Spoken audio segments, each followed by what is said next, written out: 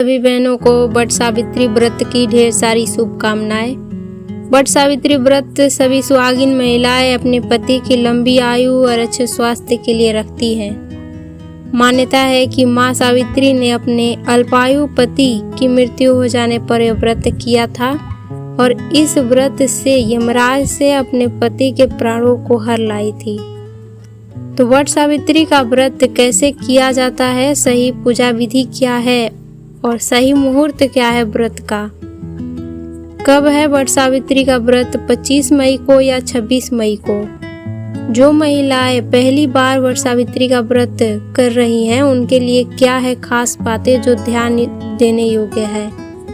पूजा सामग्री क्या होगी और इन सभी की जानकारी इस वीडियो में देने वाले हैं। इस साल यानी 2025 में वट सावित्री का व्रत 26 मई को दिन सोमवार को पड़ रहा है।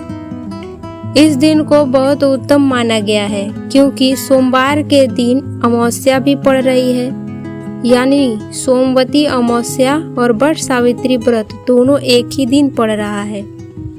इस प्रकार से देखा जाए तो दो व्रत का लाभ एक ही दिन मिल जाएगा। यदि आपके घर के आसपास में कहीं दो वृक्ष है, बरगद का और पीपल का, जैसा कि वट सावित्री में बरगद के वृक्ष की पूजा होती है और सोमवती अमावस्या में पीपल के वृक्ष की पूजा होती है, तो दोनों वृक्ष का पूजा कर लीजिएगा अगर आपके घर के आसपास में ये दोनों वृक्ष मिल जाए तो। लेकिन ध्यान रहे फेरी बरगद के वृक्ष का ही लगाना होगा। जो लोग इस बार पहली बार व्रत को कर रहे हैं वो बेझिझक व्रत को कर सकते हैं। इस बार कर सकते हैं, कोई भी कोरा साड़ी या अपने शादी के जोड़े को भी पहनकर कर सकते हैं। अमावस्या की तिथि 26 मई को दोपहर में 12:11 पर लग रही है। अगले दिन 27 मई को स्नानदान की अमावस्या है 8:30 बजे पर और एक दिन पहले नहाय खाए यानी 25 मई को है। पूजा का सही मुहूर्त जो है वो 26 मई को दो समय में पड़ रहा है, सुबह के समय और दोपहर के समय। 26 मई को वट सावित्री का व्रत है, यह मानकर हम पूजा सुबह में भी कर सकते हैं। बाकी अगर आप दोपहर में भी पूजा करना चाहें, फेरी लगाना चाहें तो दोपहर में भी कर सकते हैं, इसमें कोई दिक्कत वाली बात नहीं है।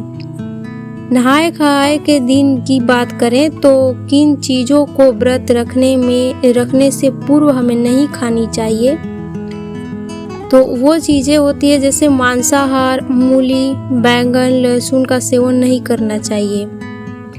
पूजा सामग्री की बात करें तो 5 या 6 प्रकार के फल रख ले, जिसमें प्रमुख है केला, सेब, आम और सावित्री सत्यवान की मूर्ति या चित्र या फोटो रख सकते हैं। कलश जिसमें जल और आम के पत्ते और नारियल रख दें और कलश स्थापना करें। लाल कपड़ा या चुन्नी रख सकते हैं। कच्चा सूता, कलेवा या डोरा ले ले और हल्दी और कुमकुम ले ले। चावल अक्षत के रूप में ले लें। पान के पत्ते और सुपारी, धूप, दीप, कपूर और अगरबत्ती और जो भी मिठाई घर की बनी या बाजार से खरीदी हुई रख सकते हैं। 7 प्रकार के अनाज रख लें। जल का लोटा तांबे के पात्र में, पूजा की थाली और आसन रख लें। सूखा लौकी का टुकड़ा, ये मिट्टी का बर्तन दीपक रखने हेतु रख लें। दीपक घी या तेल का जलाएं। मेहंदी और सिंदूर श्रृंगार के सभी सामान रख लें। गुलाल या अबीर रख सकते हैं। व्रत कथा की पुस्तक भी रख सकते हैं। भीगा हुआ चना जरूर रखें। चावल को एक दिन पहले भिगोकर पीस लें और चावल के पेस्ट में थोड़ी सी हल्दी मिला दें। इस तरह से चावल का एपन तैयार कर लें। अगर आप बरगद के वृक्ष के नीचे पूजा करने के लिए नहीं जा सकते हैं तो आप घर पर ही बरगद के वृक्ष की टहनी को मंगा लें और इसे गमले में लगा लें और बरगद की टहनी की ही विधिवत पूजा करें। बरगद के पत्ते को बाल में लगा ले क्योंकि बरगद के पत्ते को गहने के रूप में पहना जाता है। पूजा विधि की बात करें तो बरगद वृक्ष का परिक्रमा करते हुए पीतल के लोटे में जल से अर्घ दे। सुपारी में मौली धागा को लपेटकर गौरी गणेश की स्थापना कर ले। सोमवती अमावस्या के दिन रुई की बत्ती नहीं लगाई जाती है, इसलिए कच्चे सूते का दीपक में बाती लगाकर और शुद्ध देसी घी का दीपक लगाएं। एपन से बरगद के वृक्ष पर लेप लगाए, सत्यवान और सावित्री के प्रतिमा की तरह जिसमें दिखे, और इसी एपन से बरगद के वृक्ष पर हाथों के 5 थापे लगाए। प्रसाद के रूप में सभी फलों में से थोड़ा थोड़ा खोइचा ले लें और गौरी गणेश जी की कलावा समर्पित करें और एपन से निर्मित सत्यवान सावित्री को कोई सा भी नया वस्त्र या चुनरी अर्पित कर सकते हैं। सभी को सिंदूर का टीका लगाएं और बांस के पंखे का इस पूजा में बड़ा महत्व होता है। 2 बांस के हाथ वाले पंखे ले लें और एक दान के लिए और दूसरा अपने पति को पंखा करने के लिए। इस पंखे पर भी एपन लगाएं और सिंदूर का 5 बार तिलक करें। ऐसी मान्यता है कि जब सत्यवान जी मूर्छित हो रहे थे तो सावित्री जी ने बांस के ही पंखे से उन्हें हवा की थी। देव को भी पीला लाल किसी भी कलर का कपड़ा अर्पित कर सकते हैं। कच्चे के सूत की माला बनाएं और बड़देव को अर्पित करें। एक माला अपने लिए भी बनाएं। बरगद के पेड़ में कच्चा सूत लपेटकर तैयार करें और उसे सावित्री जी को पहले अर्पित करें और उसके बाद गले में या कलाई में कहीं भी अपने लगा लें। 16 श्रृंगार के सभी चीज अर्पित करें और अपनी शादी का सिंघोरा भी रखें। सभी को पुष्प अर्पित कर दें। प्रसाद में जो भी आप अपने साथ लेकर आए हैं वो अर्पित कर दें। भीगे हुए चने को जरूर अर्पित करें। हाथ में अपने बरगद के वृक्ष की परिक्रमा के लिए आंचल में शादी का जो सिंघोरा होता है वो और कलावा ले लें और साथ में जितने फेरे लगाने हैं उतने चने ले लें। इससे फेरों की संख्या में गड़बड़ी नहीं होगी। ध्यान रहे धागे में कहीं पर भी आपको गांठ नहीं लगानी है। यदि धागा आपका कहीं पर भी समाप्त हो जाता है तो फेरों को भी वहीं पर बंद कर दें। जितनी बार आप परिक्रमा करेंगे उतनी बार सावित्री माँ को सिंदूर अर्पित करना है। एक एक चना वट वृक्ष को अर्पित करते जाना है। अपने सामर्थ्य के अनुसार जितनी फेरी आप लगा सकते हैं, 5 या 11, ये सबसे उत्तम फेरी मानी गई है। 108 बार भी फेरी आप लगा सकते हैं जो उत्तम मानी गई है।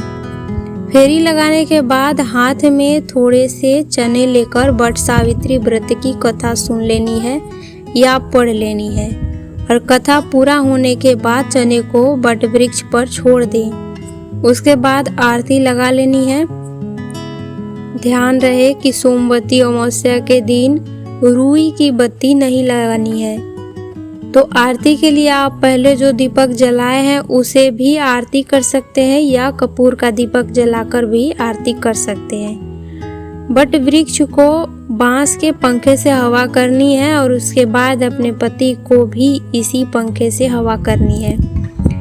जो भी आप दान दक्षिणा के लिए सामग्री रखे हैं वह किसी सुहागिन ब्राह्मणी को दान कर दें और उसके बाद हाथ जोड़कर यह प्रार्थना करनी है कि हे सावित्री माँ, अपने जिस प्रकार से अपने पति के प्राणों की रक्षा की, मुझे भी अपने पति के प्राणों की रक्षा के लिए शक्ति प्रदान करें, इतनी कृपा करना माँ।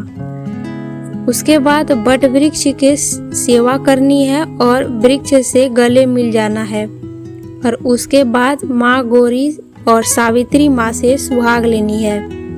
यदि आपने अपने सिंघोरा में नया सिंदूर डाला है तो उसे भी आप कर सकते हैं या आपने 7 सिंदूर का नया डिब्बा लाया होगा तो उससे भी कर सकते हैं। जितनी बार सिंदूर माँ गौरी और सावित्री माँ को अर्पित करना है उतनी ही बार सिंदूर को अपने मांग में भी भरना है।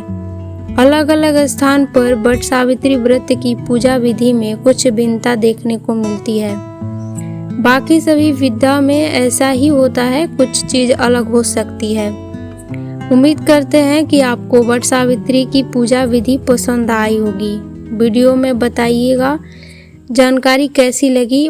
अगर जानकारी आपको पसंद आई तो वीडियो को लाइक करें, शेयर करें और मेरे साथ जुड़ने के लिए चैनल को सब्सक्राइब ज़रूर करें। तो मिलते हैं आप सभी से अगले वीडियो में। तब तक के लिए ओम नमः शिवाय, हर हर महादेव।